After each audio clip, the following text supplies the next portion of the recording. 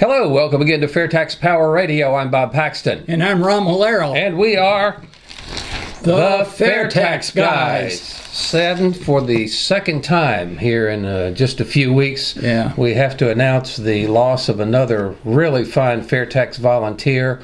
Her name is Nancy Keesee, and full disclosure, neither of us knew her. But we've seen her on Facebook. We've seen her online in some of the FAIRtax discussion forums that we're on. But as I say, we didn't know her personally, but someone who did know her very well wrote up a little tribute about her, and we'd just like to go ahead and share that with everyone. Ron, you've got that right there. Yep. This is written by John Wesley Nobles. He's the state director for the FAIRtax for the state of California, and it was written on August 15th. She passed away, I believe, August 12th. And it was very sudden, no warning. Now that I've had a few days to accept that my friend Nancy Keesee has passed and will not be returning to grace us with her presence, allow me to say a few words. As most of you already know, Nancy had a distinguished teaching career that spanned over 4 decades. She has taught 4 generations of families here in the high desert of California. Prior to teaching, she and her sister Lou traveled with the Carol Burnett USO tour as singers. Nancy had many interests over the course of her life, including several businesses. I first met Nancy and her sister at a political rally in 2009, and since that time, we have collaborated on many projects together.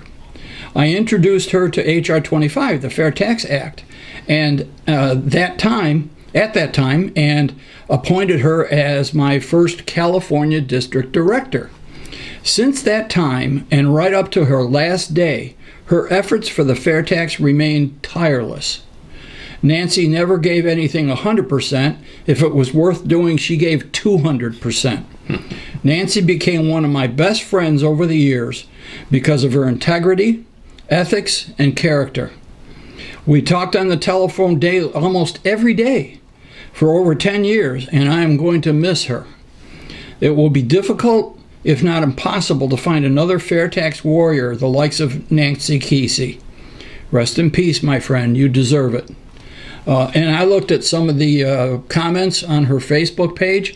She was truly loved, and not only in the FAIRtax circles, but everybody. Apparently, she was just a wonderful person, and I'm sorry that we never got a chance to know her. But 3,000 miles. California is kind of far away from Florida, where we are. But so we're again, rest in peace, Nancy, and hopefully we won't have to do another one of these for quite a while. Yeah. So. All right, moving along, take your pick, Grassroots Corner or Congress.gov? Let me get Grassroots Corner very quickly. If you go to fairtax.org and sign up at that website if you haven't already, that is what we call our mothership, those of us here in Florida. Fairtax.org is the website of the Americans for Fair Taxation, and you can contribute if the spirit moves you, but sign up and give them your email address and address so they can contact you with neat little things like the weekly Grassroots Corner. It'll let you know what's going on around the country of a grassroots nature. Plus, you'll get Steve Hayes' chairman's report, and you'll get a little update from the FAIRtax Guys, too. So hopefully that's inspiration and ideas that folks can use. Yeah. So this one is from, as I said, Jim Bennett. He's the AFFT Grassroots Director, and if you have something of a grassroots nature to send to Jim, it's jim.bennett@fairtax.org. Bennett has 2 N's and 2 T's. Orange Park Farmers and Arts Market. Take 2.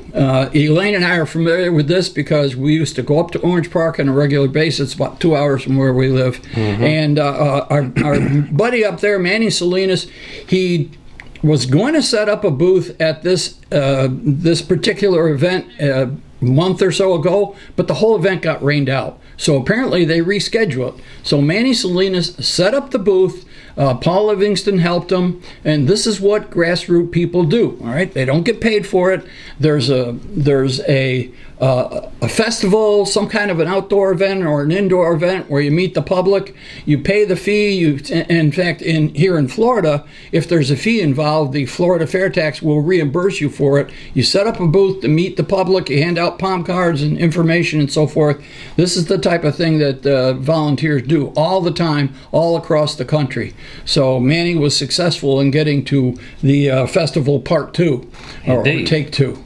Yeah. And a quick note on that as well. If you're going to do that, if you're going to have a table or a booth in a public event, let Jim know about it ahead of time, and he can arrange at no cost to you liability insurance for your event. I'm glad you remembered that. So if there are any ambulance chasers out there that are likely to sue you, you can at least be covered.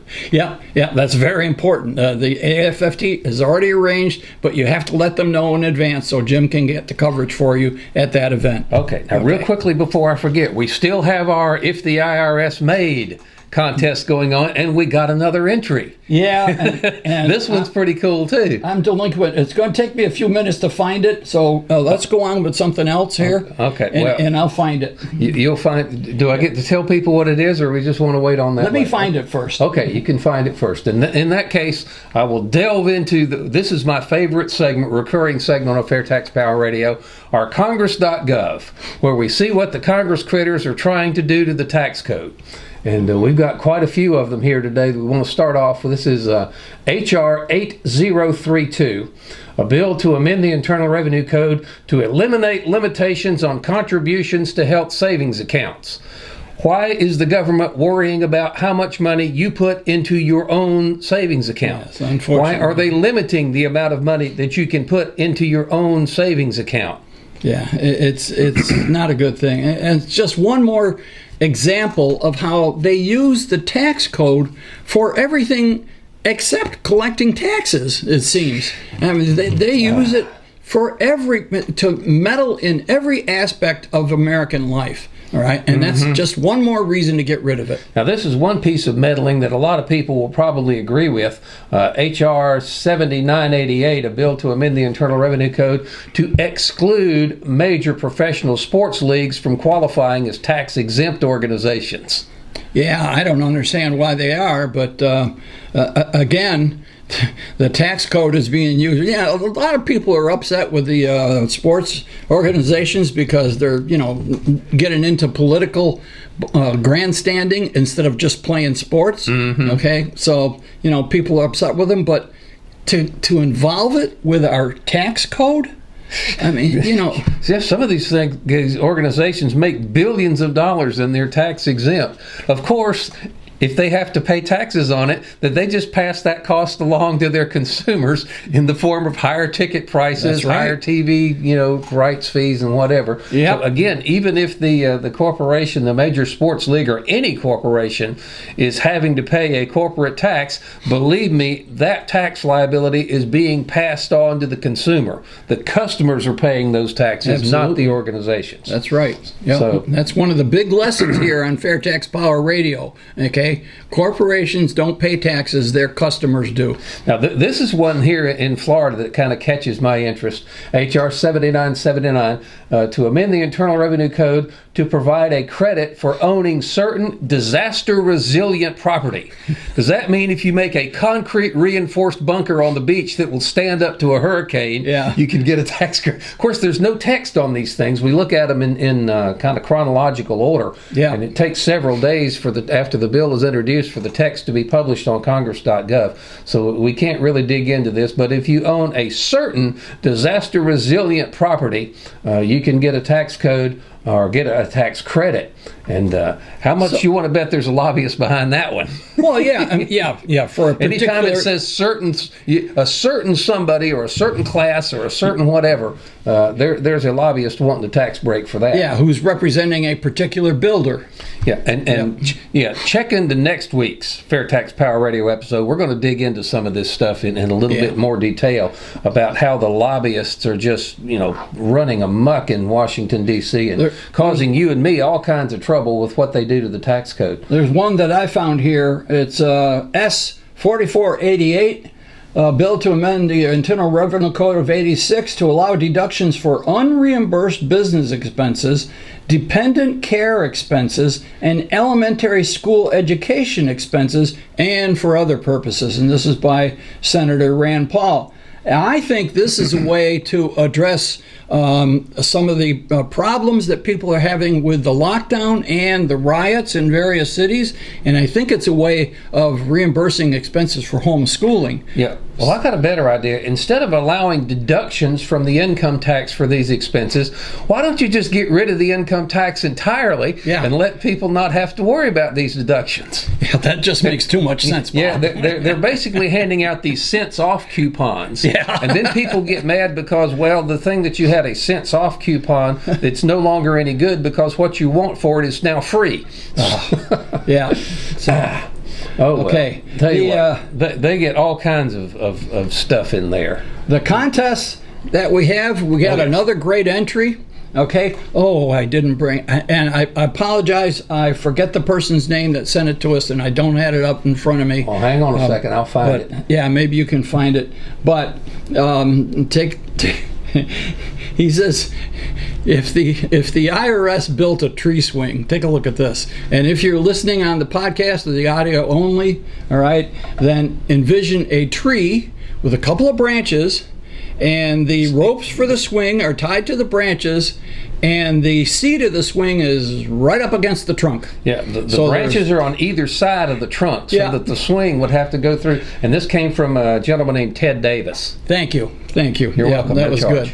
Yeah. So that's another good one, along with the entry from a couple of weeks ago about the handgun with the barrel pointing back at you, and the tree swing that runs into the trunk of the tree. Tell you what, let's run this through September. We need to have a deadline on this, so let's just go ahead and run this through the end of September. Give folks plenty of time. So again, the idea is that if the IRS make up any product you want to, if you can find a meme or you can find a cartoon, or if you're artistic enough to draw one yourself, go ahead and do it. Use a photograph if you'd like, but just be sure it's not subject to copyright. And send your entry to thefairtaxguys@gmail.com. We will be awarding a good number of FairTax stuff to first, second, and third place winners. Again, if the FairTax made, I still like the one, if the FairTax made stretch limos, they would be in almost a circular thing. So as you're looking out the windshield, you're looking at your own taillights. And then you can just go around in a circle, and that's it. But the ideas are limitless for people who are creative enough. If the IRS made a particular product, we've had some good entries, and we'd like to get some more. That we would. Okay, we're going to get into the meat and potatoes of this episode of FairTax Power Radio. Ron, we have had in the past, we've got materials prepared. We've done several episodes here on FTPR about why Democrats should support the fair tax, because it does address a lot of the concerns and a lot of the goals that they say they are standing for. We've never done that for the Republican side. Yes. And we want to be equal opportunity, shot takers here. And of course, most of the support, in fact, all of the co-sponsors that we currently have on the fair tax bill are Republicans. Yeah, and that's very unfortunate. But there are a lot. So we try to express to people why Democrats should join us. But there are a lot of Republican senators and Republican Congress critters that have not signed on to the fair tax. So let's explain why Republicans should support the fair tax. Yeah, and I thought probably a good way of doing that, since this episode is going to air during the Republican convention, is take a look at the Republican platform. Okay. And what I found when I started researching that is they said, well, since this is going to be a virtual convention, we're going to just use the same platform we had in 2016. Okay. So I found the Republican platform from 2016. Now, Bob, we have a bit of a problem here. Yeah, we are not going to go through all 66 pages of it. No? Not really? No, we are not. Okay. All right. We're going to look at some of the major platform issues or major platform positions that Republicans say that they are in favor of, and explain to them why, if you believe that that's something good and you want to do it, you should support the fair tax, because the fair tax will help you get there. Absolutely. They start out rebuilding the economy and creating the jobs. Now remember, this is in 2016, and the economy was not that great at the time. Okay, we are the party of a growing economy that gives people a chance in life, an opportunity to learn, work, realize prosperity freedom makes possible. Okay, 2 key words there, growing economy. Yeah. I've got 2 more key words that came from Stephen Moore, rocket fuel. Yeah. If you want to see a tax code that is rocket fuel for the economy, it ain't the income tax. No, it is not. No, it's very bad. And then you go on a little further, and it says, oh, I love this part, because they start to address taxes in particular. Go for it. Fair and simple taxes for growth. Oh, hey, that sounds pretty good, doesn't it? It does, in theory. Yeah. Republicans consider the establishment of a pro-growth tax code a moral imperative.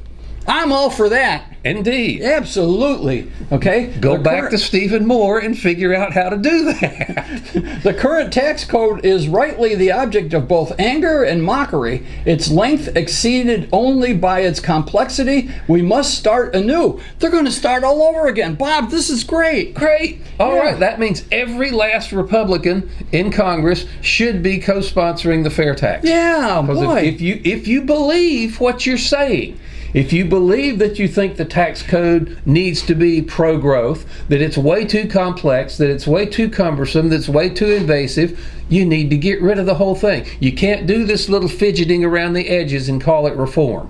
Yeah. No. I forgot my protest sign. Oh, Yeah. Well, maybe Miss Producer can go get it for us. Hey, but by the sounds of this, by the sounds of this, the Republicans are protesting for us. Indeed, Okay. they are. But Okay, our proposal is straightforward. Whenever current provisions of the code are disincentives for economic growth, they must be changed. Wait a minute. Changed?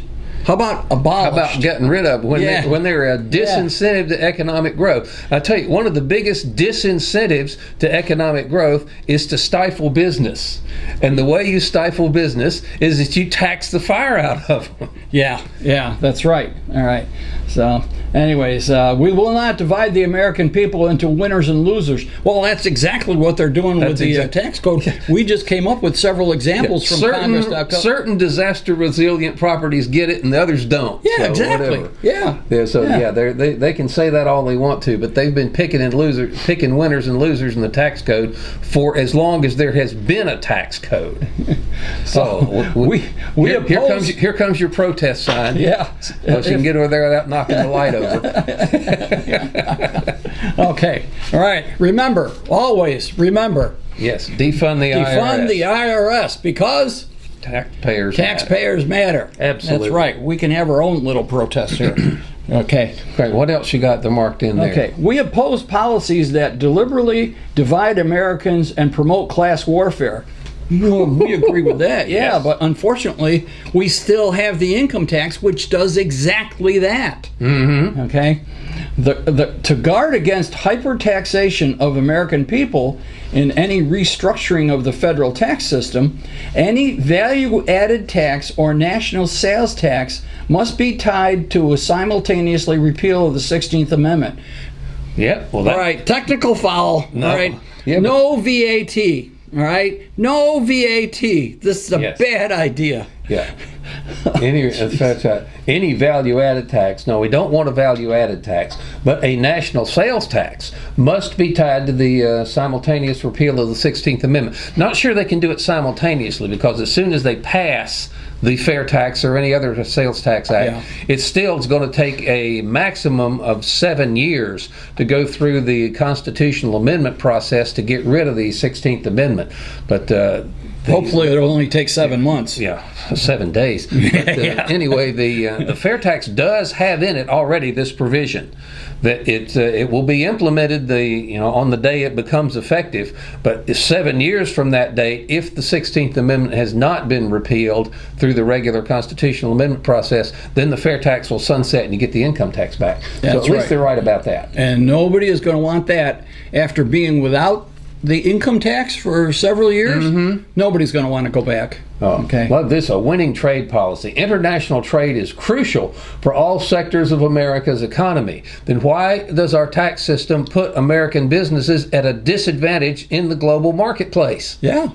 And not only that, the IRS, they for both businesses and individuals. I was reading in here someplace about, and I can't forget the term they use because this is like a Paul Ryan thing. All right. But the IRS believes that if you live or work or own a business overseas, but you're an American citizen, well, not only do you have to pay taxes to that country, but you have to pay taxes to this country. So what do individuals do? They renounce their citizenship. They're living and working overseas. They're getting hammered. They're being taxed in two countries. And they say, well, I know how to take care of that. I'm not going back to that other country. So we are losing people, about 5,000 a year, because of the stupid tax code and the idea that the IRS believes that everybody, American citizens, should be paying taxes no matter where they work and live. And the huge disadvantage that American businesses have on the global marketplace is that the corporate taxes and the compliance costs that they have to pay to keep up with the tax code, they are not taken out of the price of goods and services, or goods that they put onto the global market.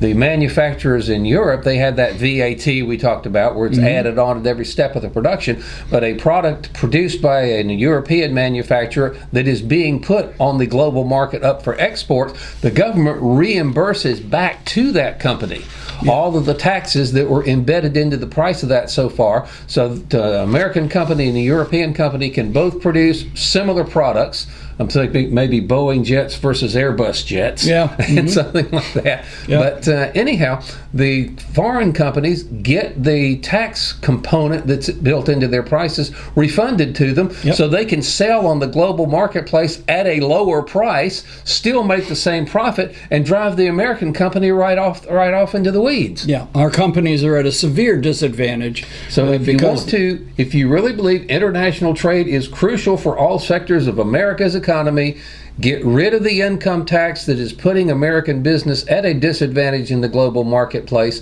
Go to the FAIRtax, where there is no tax on business-to-business transactions, period. FAIRtax is a retail consumption tax. It's paid only by the retail customer, and so the compliance costs go away, the tax liability goes away for exported products, and America, when you compete just on the quality of the product, we're going to win that most of the time. Yeah, and they address this. It said, we propose to level the international playing field by lowering the corporate tax to be on par with or below the rates of other industrial nations. I got a better idea. Get rid of the corporate tax altogether. There we go. Right? And the term that I was looking for is territorial system. Okay?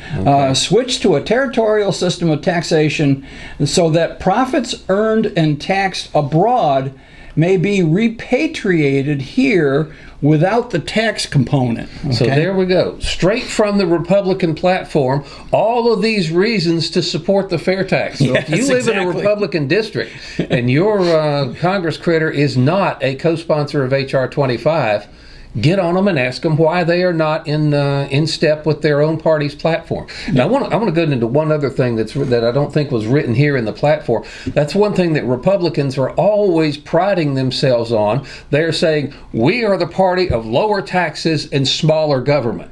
Now, we do occasionally see tax cuts, but we have not seen smaller government in over 100 years. Was the last time the federal government, the federal budget shrank from one year to the next. But Calvin Coolidge, the only president that actually reduced government spending. Yes, but the Republicans are always saying that they are the party of smaller government. And people always say, well, you hear that we need to get rid of the Department of Energy, or we need to get rid of the Department of Education. But what you really need to get rid of is the IRS. And if you want to talk about smaller government, that is a multi-billion-dollar agency, the IRS is. Nobody likes them. I would imagine even sometimes the people who work for them don't like them. I know that for a fact because I've talked to several of them. So really, hey, Republicans, if you really want to see smaller government, if you believe what you say you believe, back the FAIRtax, get rid of the Internal Revenue Revenue Service. Shrink that agency straight out of existence. Yeah, that's really the best way to do it. Okay, we've talked before about here in the States. You know, some people, when we're talking to them and they're learning about the fair tax for the first time, well, how do we know it'll work? Because it is working. If you take a look at the 50 states we have here in the United States, okay, the states with the highest income tax are losing people. They also happen to have the highest income tax and the most onerous regulations, but they are bleeding people. People are voting with their feet. And then you have states such as Florida and Texas and Tennessee and others. There's 9 states that have no income tax. They are gaining people. Florida, we're gaining about 650 people per day moving from these other states. Texas is about 1,000 per day. But I say we just barely got into this 66-page long document. But it's really imperative that if you live in a Republican district and your Republican representative is not on board with a fair tax, just tell them, hey, the fair tax accomplishes what your platform says your party wants to do. Why are you not on board? Yeah, especially be respectful, but be persistent. Yeah. And you've got a lot of people running for office. Some of them are not incumbents; they're candidates, and they will listen. All right, they will. Yep, they will listen to you. So you know, you got about 2.5 minutes for your call to action here. Okay. Well, here's all right. All right. We have a new logo store. Oh yes, you wanted to get into that. Go for it. Yep. The new FAIRtax logo store. They revamped it. Yep. They've revamped it. The new website is FAIRtaxStore.org. It's that simple. FAIRtaxStore.org. Now, it's smaller than it used to be. There's not as many items because the couple that was doing this, you know, with their own promotional store, they're in the process of retiring. They decided they couldn't do this. We're very grateful for their help over the past 6 years, you know, because it was great. But so one of our board members, bless his heart, has decided to take this on himself. And so we've got a reduced inventory, and they ship once a week. Okay, so any orders that come in, you know, Sunday through Thursday, they ship on Friday. Okay, FAIRtaxStore.org. Yep, FAIRtaxStore.org. Take a look. Get fancy hats like you got. Exactly. Yep. So, and I already mentioned about. I think they still got some of these, don't they? Oh yeah, definitely got scrolling banners, and take them to your next town hall. That is, whenever we have town halls again. Indeed. All right. Even if there's a virtual town hall, hey. Right in front of your computer. Stand in front of your webcam. Okay, again, we encourage everyone to join AFFT. That's the National Grassroots Organization, Americans for Fair Taxation. Join the 1040 Club if you can. That's committing $10.40 a month to get rid of Form 1040. Yep. And you can find the FAIRtax Guys everywhere. Facebook, Twitter, YouTube, Parler, Gab, Instagram, the podcasts, Spreaker, Apple, iHeart, and our own website, FAIRtaxGuys.com, okay? Spread the joy around. Let everybody know where we are. Okay? All right, and share these videos as we stream live to Facebook. We certainly would appreciate that. Yep. Tell all your friends and family. Go to popvox.com, read a nice positive comment about HR 25. Everyone needs to read about that. And let's see, we can get one more real quickie, and that is call your local talk shows and write letters to the editor. Yep. But that's going to wrap it up for this edition of FAIRtax Power Radio. Until we meet again, I'm Bob Paxton. And I'm Ron Malero. The FAIRtax Guys reminding you that the fair tax is the only truly fair tax, and once you understand it, you'll demand it. So, how much will I bring home? Go ahead. How much do you make? We'll just say 40,000. Okay, keep it simple, throw out the deductions, all that stuff. So, you got your 40K, right? Now the first 8,000 is going to be taxed at 10%. The 8 to 33,000 is going to be taxed at 15%. And the 33 to 40, of course, is 25%. So that brings your total to $6,345. Okay, so the average is what? 16%. Okay, and then on top of that, you got Medicare, which is 1.5%, and then of course your Social Security, which is 6.2%. So actually your new total is $9,405. Which is 23.65%. You're getting it. Don't even get me started on what the boss has to pay. He's going to pay a portion of your taxes as well, so you don't have to. Right. And you? Oh, you'd bring home every penny.